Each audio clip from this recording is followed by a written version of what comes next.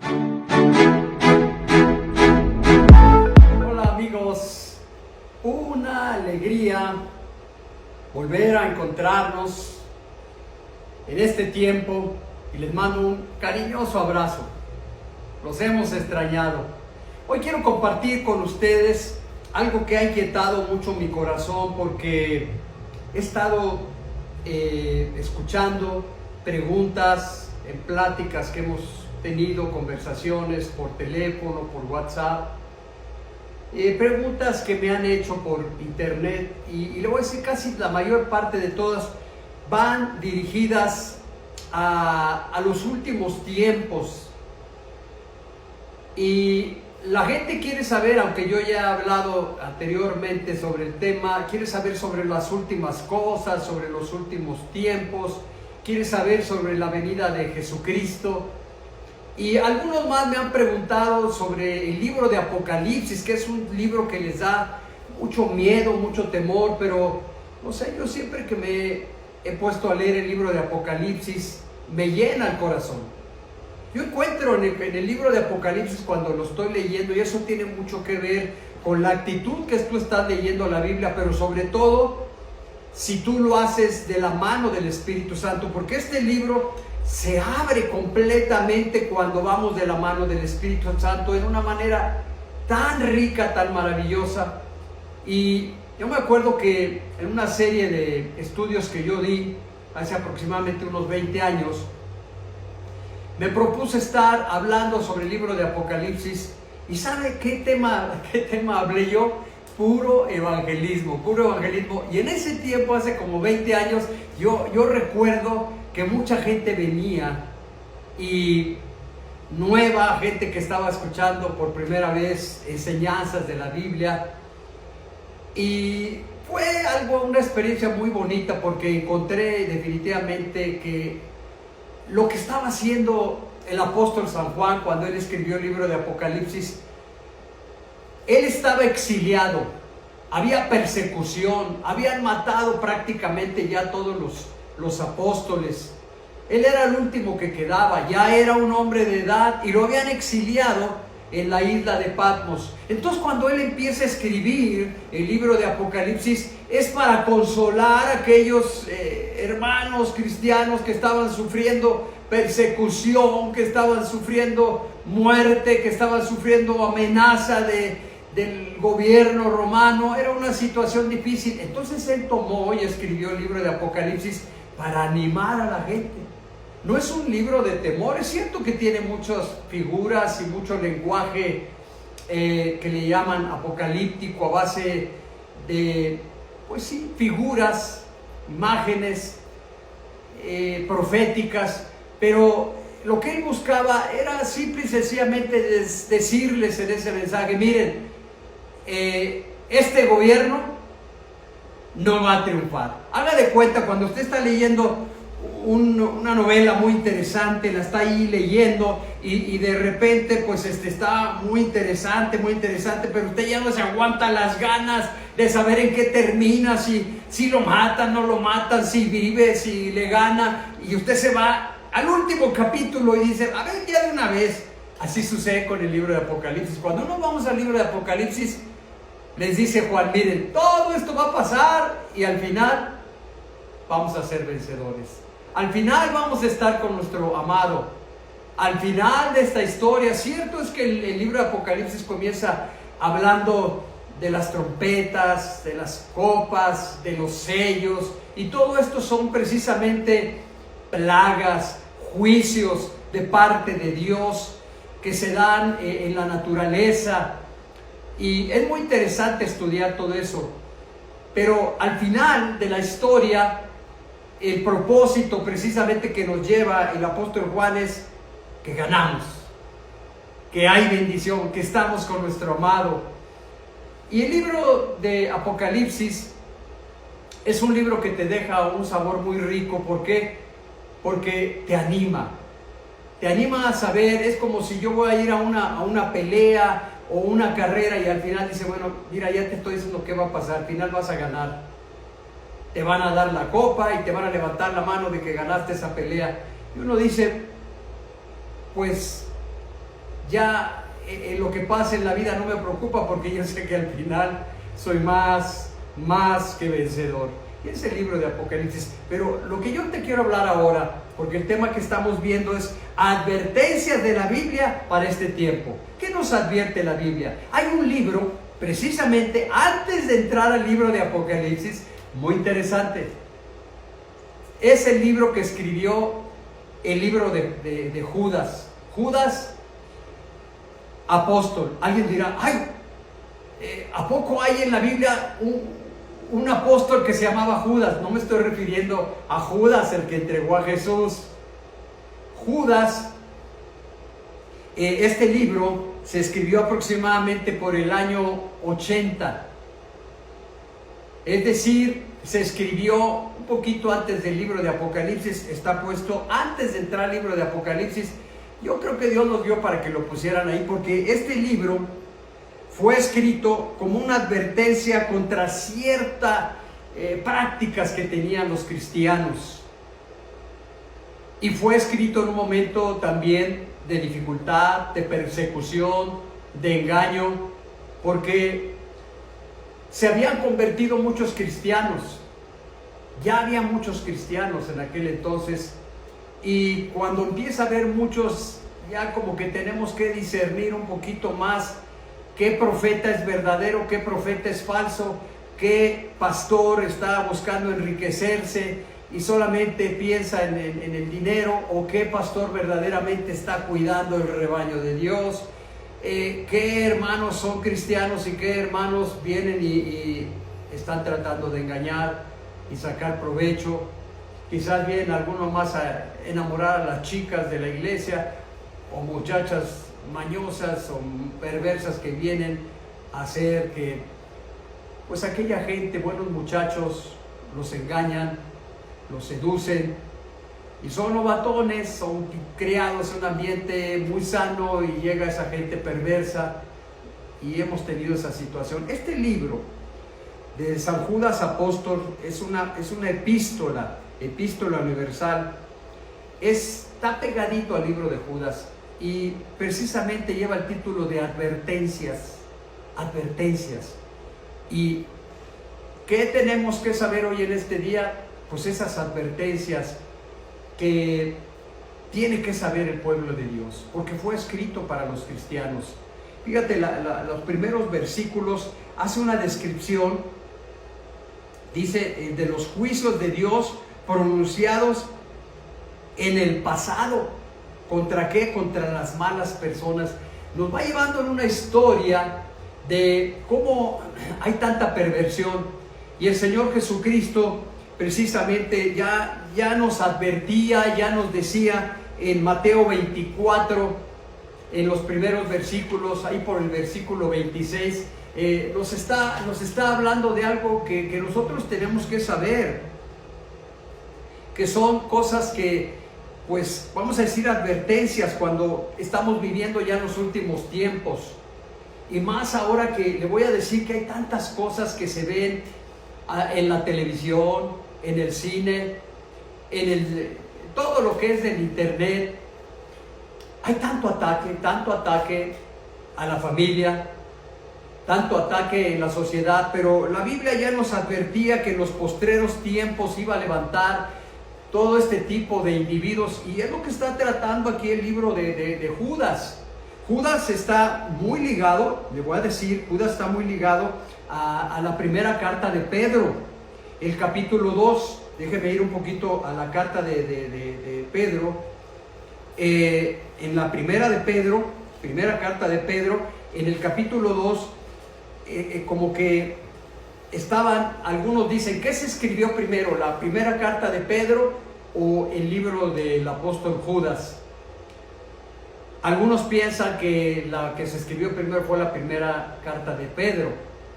Lo cierto es que los dos están hablando de ese tema. Fíjate, en el capítulo 2 de la primera de Pedro, está hablando allí los versículos, bueno, prácticamente en la primera de Pedro, desde el capítulo 2, dice precisamente, trata este tema el apóstol, acerca de, pues que somos el pueblo de Dios. Y, perdón, déjeme corregirle. Segunda de Pedro, para ir más concreto, en el capítulo 2 dice, falsos profetas y falsos maestros, del mismo tema que está hablando precisamente la carta de Judas.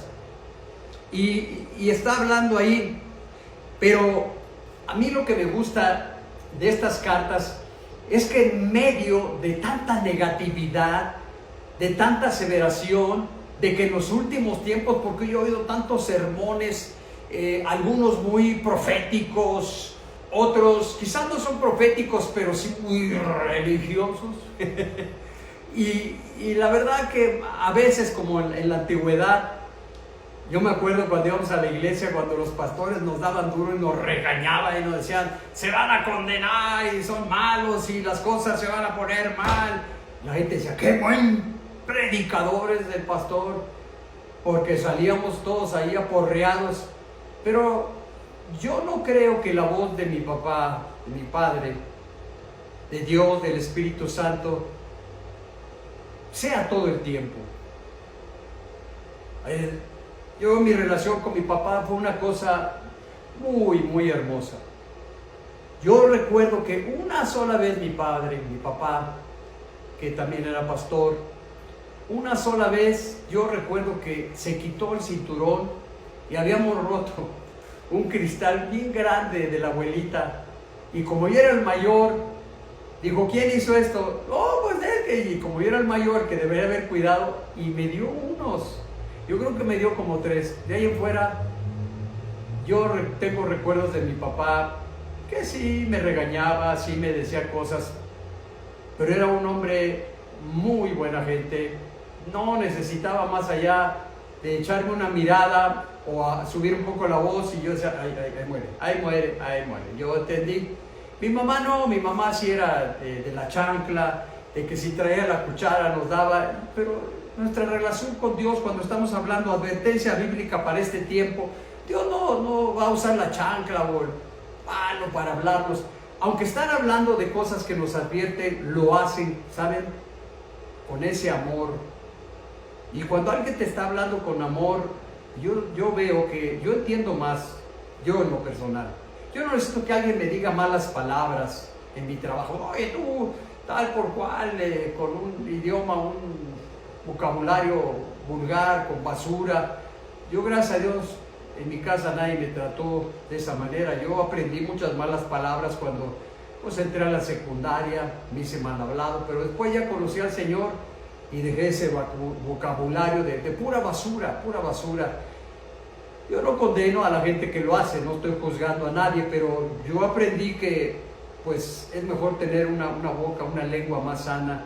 Y aquí, cuando está amonestando de los falsos profetas y falsos maestros, no es alguien que se ponga a juzgar, ¿verdad? Y a juzgar, este hace mal, o los que hacen aquí, los que hacen allá.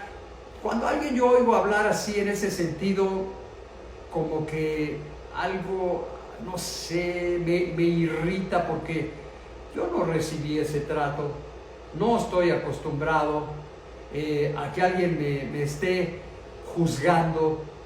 Esto está mal y esto está mal y que la Biblia es así, no sé. Para mí la Biblia, la palabra de Dios, es el Espíritu Santo hablando, y cuando está hablando, cierto que dice aquí falsos profetas y falsos maestros, pero aunque está hablando cosas muy duras a veces, lo que resalta en mi corazón, no porque yo solamente subraye lo positivo, pero es lo que brinca en mi corazón. Y fíjate, por ejemplo, aquí en este capítulo 2 dice, el Señor sabe librar de tentación, ¿a qué? A sus hijos, a los piadosos, el versículo 9. Y en todos estos versículos dice, y habiendo ellos escapado de la contaminación del mundo por el conocimiento del Señor. Aunque está hablando de los falsos maestros y los falsos maestros profetas, dice, Dios nos va a guardar para que no caigamos.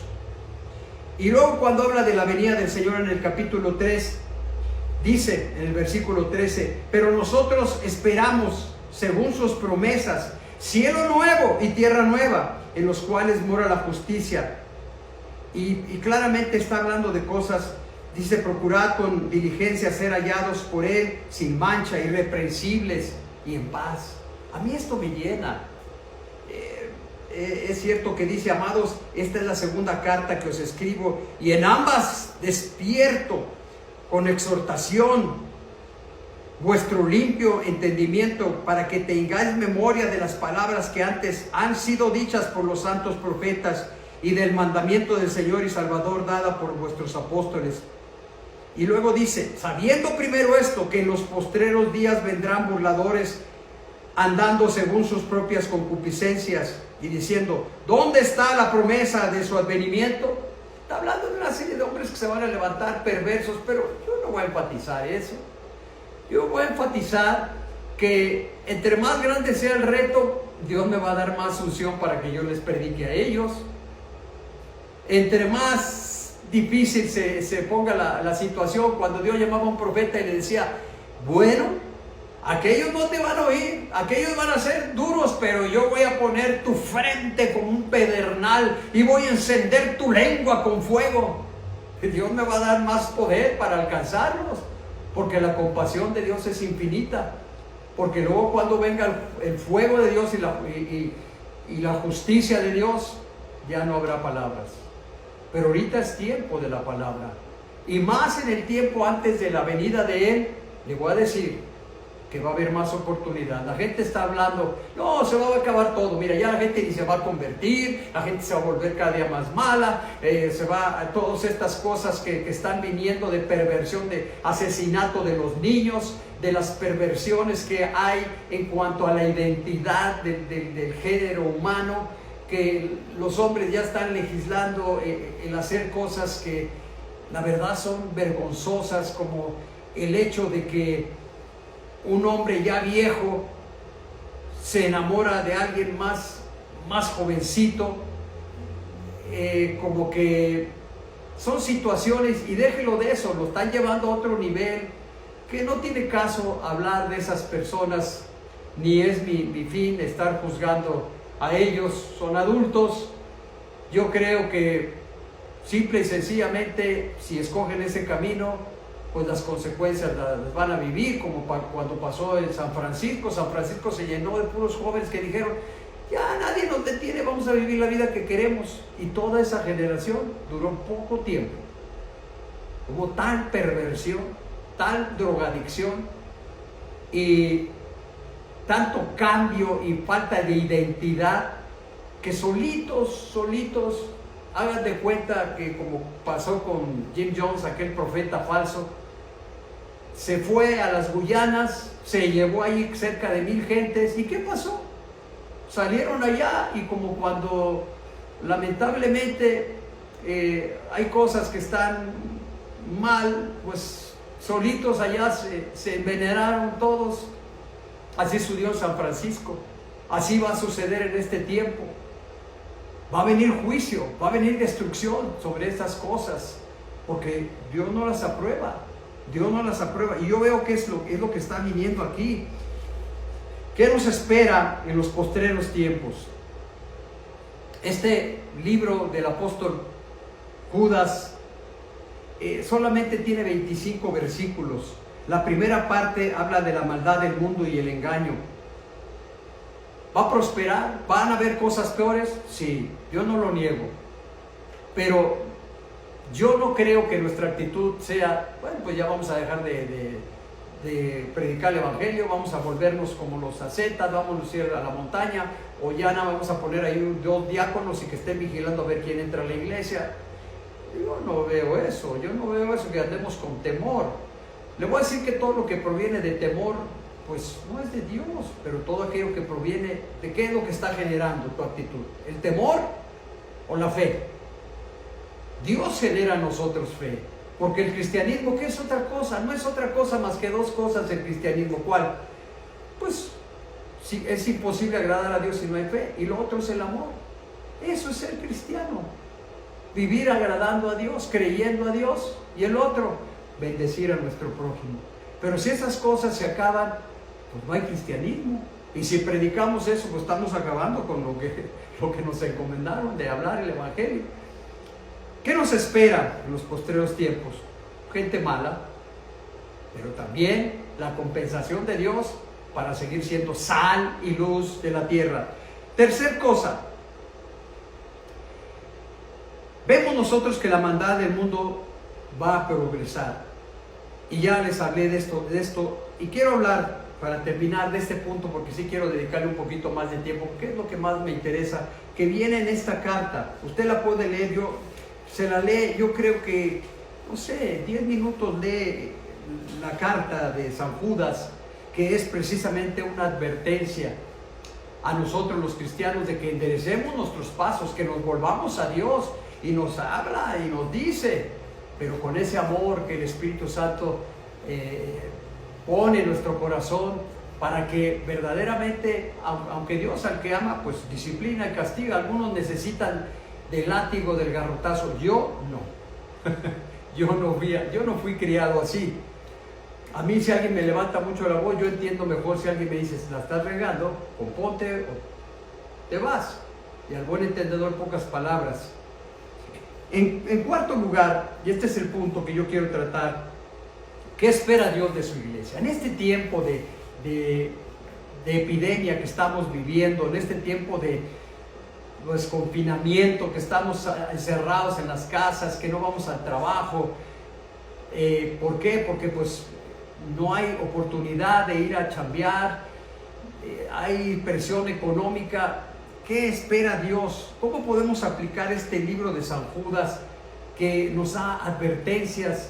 Porque por algo Dios está trayendo esto. Alguien me decía, oye, el coronavirus es nada más para los inconversos. No, aquí la iglesia y todos estamos en lo mismo. Este juicio no podemos decir pues que se vaya. Dios tiene una razón de haberlo permitido. Una razón de haber permitido esta situación, porque Él quiere que aprendamos algo. Nosotros los cristianos, nosotros los pastores, nosotros los que enseñamos a la gente, los que son apóstoles, los que son profetas, los que son evangelistas, los que son maestros de la Biblia, todos ellos tenemos que aprender algo, pero también mucho más los que están afuera. Pero este libro de Judas fue escrito para nosotros. Esto que está viniendo es también para que nosotros reflexionemos, para que paremos de vivir una vida de lujuria, de robo, de insulto, de juicio, de amargura, y nos volvamos a Dios. Nos volvamos a Dios. Este libro está hablando de esas cosas, está hablando claramente. Dice Judas, siervo de Jesucristo y hermano de Jacobo, era Jacobo Santiago, que también escribió una carta, también fue apóstol, fue pastor de la iglesia de Jerusalén. A los llamados santificados en Dios Padre, es decir, está dirigida esta carta a los cristianos y guardados en Jesucristo. Y me gusta esto, porque dice guardados en Jesucristo. Yo definí hace un momento qué es ser cristiano. Fíjese, aquí cuando estamos diciendo qué es lo que espera Dios, que corrijamos nuestros pasos. Cuando estamos hablando de que es un cristiano, es una persona que ya no lucha por dejar el pecado, ya no lucha por ser bueno, simple y sencillamente está descansando en fe en Dios, porque sabe que cambiar su vida Él no puede. Ha entendido que el que cambia su vida es el Espíritu Santo. Ha entendido que esta vida cristiana es imposible vivir si no está todos los días en nuestra vida. ¿Qué cosa? La presencia del Espíritu Santo.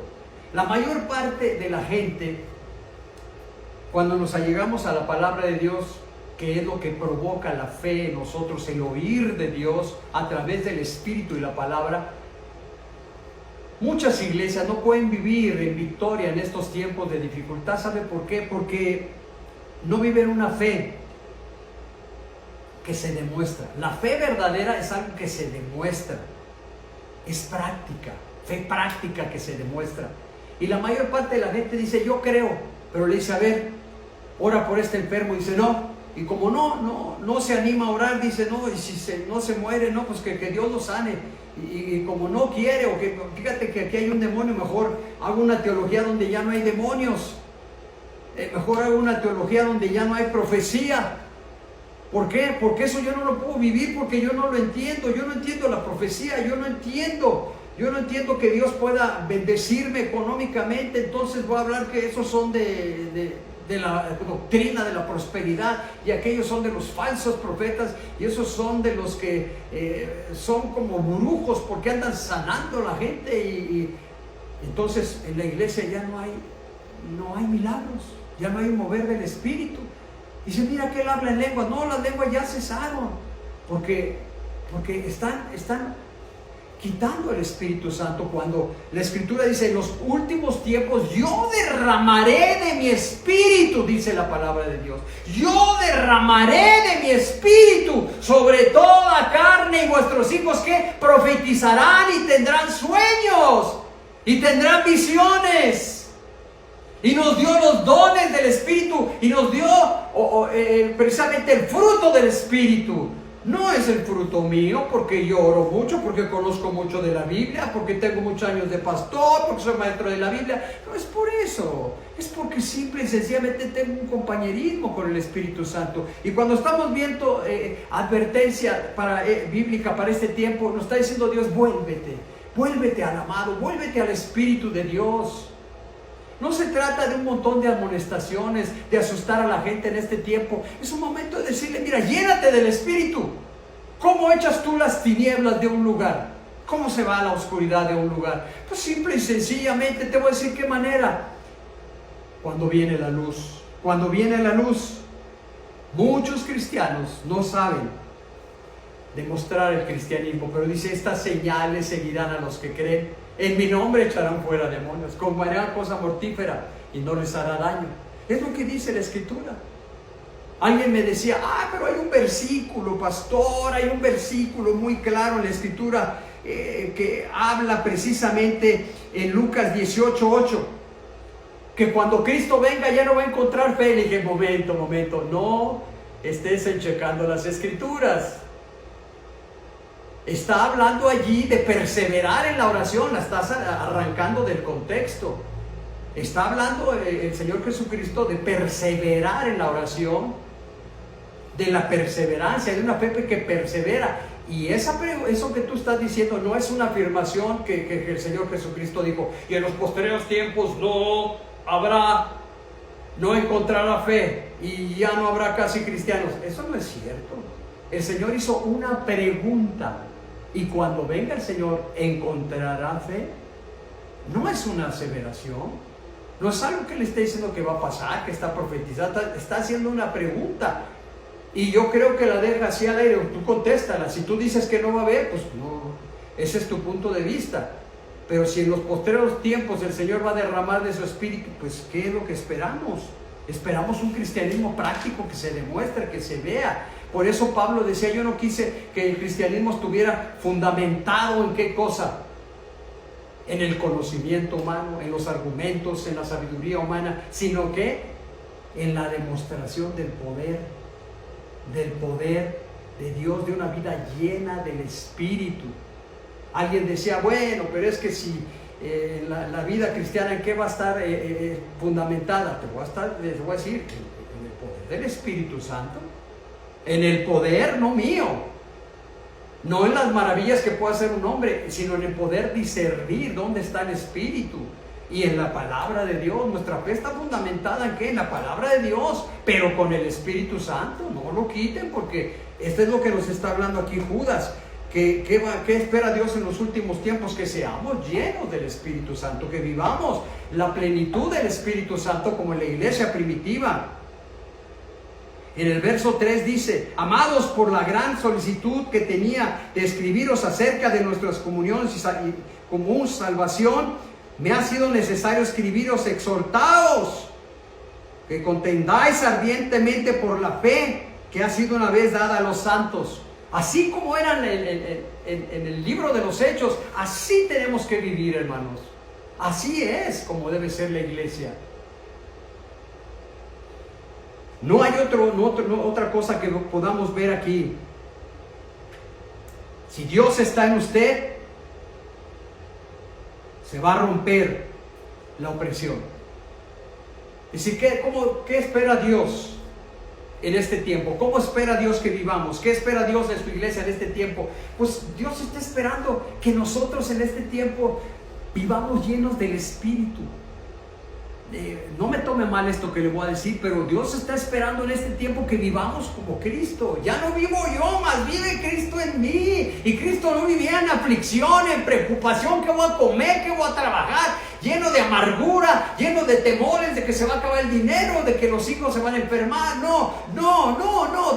Dios nos llamó a ser en todo momento, hermano, tribulación o no tribulación, venga o no venga Cristo. Él nos llamó a ser sal y luz, y solamente lo podemos llegar a ser si tenemos la plenitud del Espíritu Santo y el discernimiento de su palabra, que es poder. No me avergüenzo del Evangelio, porque es poder, y poder que se puede mirar, se puede palpar.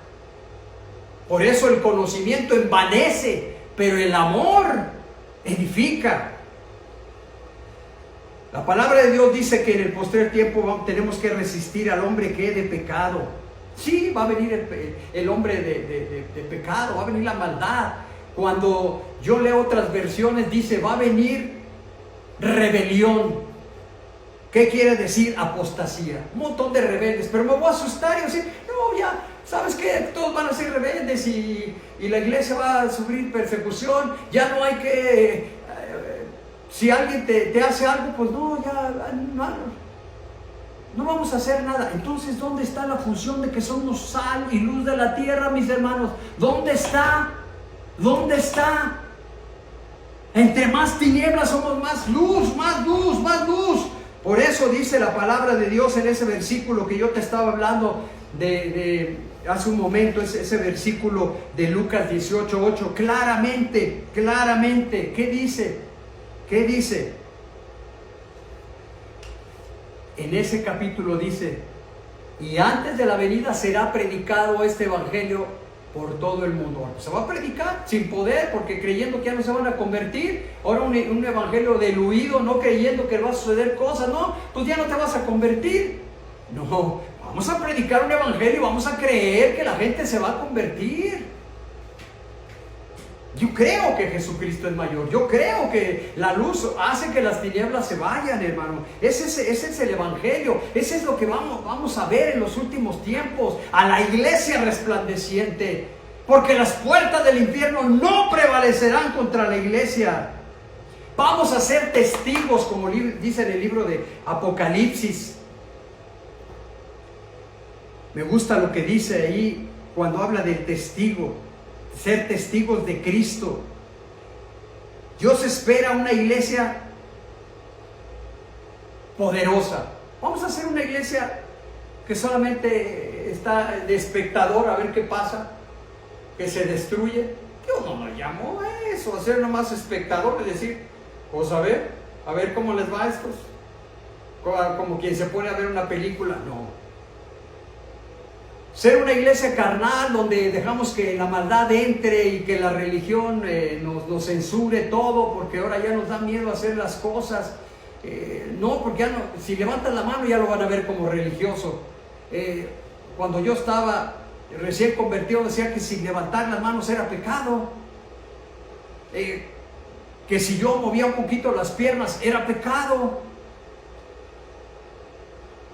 Todo era pecado. Ahora ya no nos hablan del velo, ahora nos hablan de un montón de cosas. Decir, no le pongas las manos, no le digas en el nombre de Jesús, sé libre. Ya no puedes decir, bueno, yo creo y decreto. No, solo Dios decreta. Dios decreta. Y el que está predicando está hecha decretos. Pero le voy a decir que los decretos no sirven para nada si el Espíritu Santo no está en eso. Pero fíjese lo que dice la palabra de Dios. ¿Por qué dice usted decretos? Eso está mal en la palabra de Dios. No. No está mal, hermano. Porque claramente la palabra de Dios, déjame encontrar aquí un versículo donde voy a apoyar esto que estoy hablando del testimonio. En Apocalipsis 11:5. Apocalipsis 11:5. Déjame leerte un versículo. Y si este no te ayuda, pues no sé qué podría ayudar. Pero esta es palabra de Dios. Apocalipsis 11:5 dice, dice la palabra de Dios, si alguno quiere dañaros, dice que está hablando de los que daban testimonio, de los dos testigos. Si alguno quiere dañarlos, sale fuego de su boca de ellos y devora a sus enemigos. Y si alguno quiere hacerles daño, debe morir él de la misma manera. Es decir, si alguien venía, se moría de eso. Y si alguien quería dañarlos, salía de su boca fuego. Esta era la iglesia del testimonio. Aquí está en Apocalipsis 11, donde está hablando de una iglesia poderosa, de testimonio, una iglesia que es lo que espera Dios que se levante. Ahora, el versículo que quiero leerles, que les dije que les iba a buscar, lo voy a leer, está en Romanos 5:17, porque alguien dice, es que usted anda haciendo decretos. Yo no soy de los que andan haciendo decretos, pero he visto algunos que lo hacen y los respeto, hermano, los respeto. En Romanos 5:17 dice la palabra de Dios bien clarito: pues si por la transgresión de uno solo reinó la muerte, mucho más reinarán en vida por uno solo, Jesucristo, los que reciben la abundancia de la gracia y el don de la justicia. ¿Quiénes van a reinar? ¿Quién dice? No solamente el Apocalipsis nos dijo que somos reyes y sacerdotes y lo malinterpretamos. No, aquí está diciendo que Dios nos puso aquí en la tierra desde que puso a Adán. ¿Para qué? Para que señorease sobre la creación. ¿Quién puede señorear y administrar algo si no está haciendo decretos? Si yo en mi casa no hago decretos, voy a poner orden en mi casa con mis hijos, en mi trabajo como pastor, pues no lo va a poder hacer. ¿Cuánto más contra los demonios? ¿Cuánto más? Si yo estoy basado en la palabra, si Dios nos ha puesto con esa autoridad, aquí lo está diciendo. Él derramó su sangre. Si la transgresión de uno reinó la muerte, mucho más reinarán en vida por uno solo. ¿Quién? ¿Vamos a reinar en vida o vamos a estar viendo, no hagas esto, no hagas lo otro? Mire, hermano, la palabra de Dios en estos últimos tiempos, Dios quiere que resplandezcamos y no permita que nadie venga y lo ate y le diga, no hagas esto, no hagas lo otro, porque lo va a hacer tieso. Ustedes ya no pueden predicar si no trae corbata. Yo lo hago porque ya estoy acostumbrado. Mi papá siempre usó corbata. Yo estudié en escuelas donde durante muchos años nos hacían una escuela militarizada. Siempre teníamos que traer corbata y se me quedó la costumbre de la corbata. Pero así como predico con corbata, predico sin corbata. No quiere decir que soy más espiritual, más intelectual o más correcto en la vida. No, igual con los decretos, igual. Tenemos que mirarlos bajo la luz de una vida natural, no revestirlo. Está en la Biblia, está aquí, por favor. Dígame dónde están los huevos estrellados. Señor, esta mañana desayunaré huevos estrellados. Por favor.